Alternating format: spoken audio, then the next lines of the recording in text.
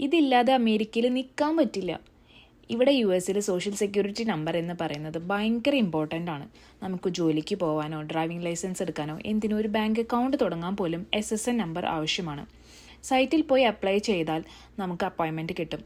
അങ്ങനെ ഞങ്ങളും അവിടെ എത്തി. 12 മണിക്കായിരുന്നു അപ്പോയിൻമെൻറ്റ്. അധികം വെയിറ്റ് ചെയ്യാതെ തന്നെ എല്ലാ കാര്യങ്ങളും ഓക്കെ ആയി.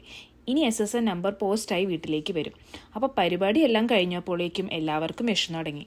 അടുത്ത് തന്നെ ഒരു KFC ഉണ്ടായിരുന്നു. അപ്പോൾ ഞങ്ങൾ നേരെ അങ്ങോട്ട് പോയി. UAE നിന്ന് ഒരുപാട് തവണ KFC കഴിച്ചിട്ടുണ്ടെങ്കിലും ഇവിടെ ഒന്ന് ട്രൈ ചെയ്യണമെന്നുണ്ടായിരുന്നു. അങ്ങനെ ഞങ്ങൾ ഓർഡറൊക്കെ കൊടുത്തു. ഇവിടെ എല്ലാം സെൽഫ് സർവീസാണ്. സത്യം പറയാലോ, UAEയുടെ KFCയുടെ അത്രയൊന്നും വരില്ല. ഇവിടെ എല്ലാം വേറെ ടേസ്റ്റ് ആയിട്ടാണ് എനിക്ക് തോന്നിയത്. പിന്നെ ബണ്ണിന് പകരം ഇവിടെ ബിസ്ക്കറ്റ് പോലെ ഒരു സ്വീറ്റ് ഉള്ളതാണ് തന്നത്. ഫ്രൈസും ബാക്കിയെല്ലാം ഓക്കെയാണ്. എന്നാലും UAEയിലെ KFC ഞാൻ ശരിക്കും മിസ് ചെയ്യുന്നുണ്ട്. അതൊരു വേറെ ടേസ്റ്റ് തന്നെയായിരുന്നു.